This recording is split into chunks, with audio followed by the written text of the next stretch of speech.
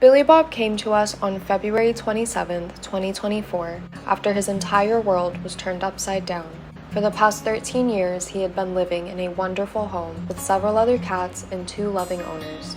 Sadly, both of his beloved owners passed within weeks of one another, and Billy and his friends needed a safe place to turn to. A very kind friend of the owners stepped in to care for Billy and his companions, and began working to find them all new forever homes. Billy Bob was the only one of the cats who tested positive for leukemia, and while it's rare for a 13-year-old cat to test positive, he was in great health overall. The courage that Billy has displayed over the past year and a half has been amazing to witness, and watching him take steps forward after suffering such loss is beautifully inspiring. We are glad that we have been able to help Billy on his healing journey, and we are so proud of him every single day. Thank you so much to all of our magnificent supporters who have been cheering Billy on alongside us and reminding him that he is loved. I think the first time I met Mr. Billy, he was inside quarantined with Han, but he was hiding in like the egg or something like that, and it was just a void with eyes. One of the first few times I started hanging out with him, I would go in there and like brush him because he really liked brushing. He really likes belly rubs, and I just remember him flipping over and like his little legs stretching out. Before we first met him, he just was kind of like this shadow that stuck to the walls or in his little boxes and stuff. And oh, bye buddy. Now he's actually social, like he comes up to people and he wants attention. One of my favorite things is if you go out to him and start talking to him, he'll like reach his paw out and pull you closer, or he'll like start licking your face and stuff, or eating treats out of my hands now. He's just a big void, and he's got this like silly blep that he does all the time, and he looks so serious, and then it's like, oh, there's a tiny tongue.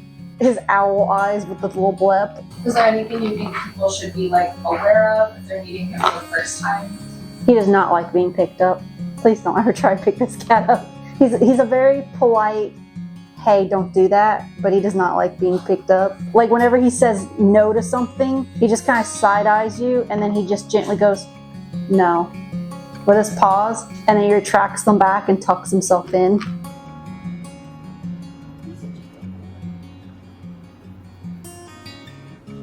Like in the little cage in quarantine, and he was in one of the cave beds, and he had like balled himself up, and you couldn't really tell how big he was.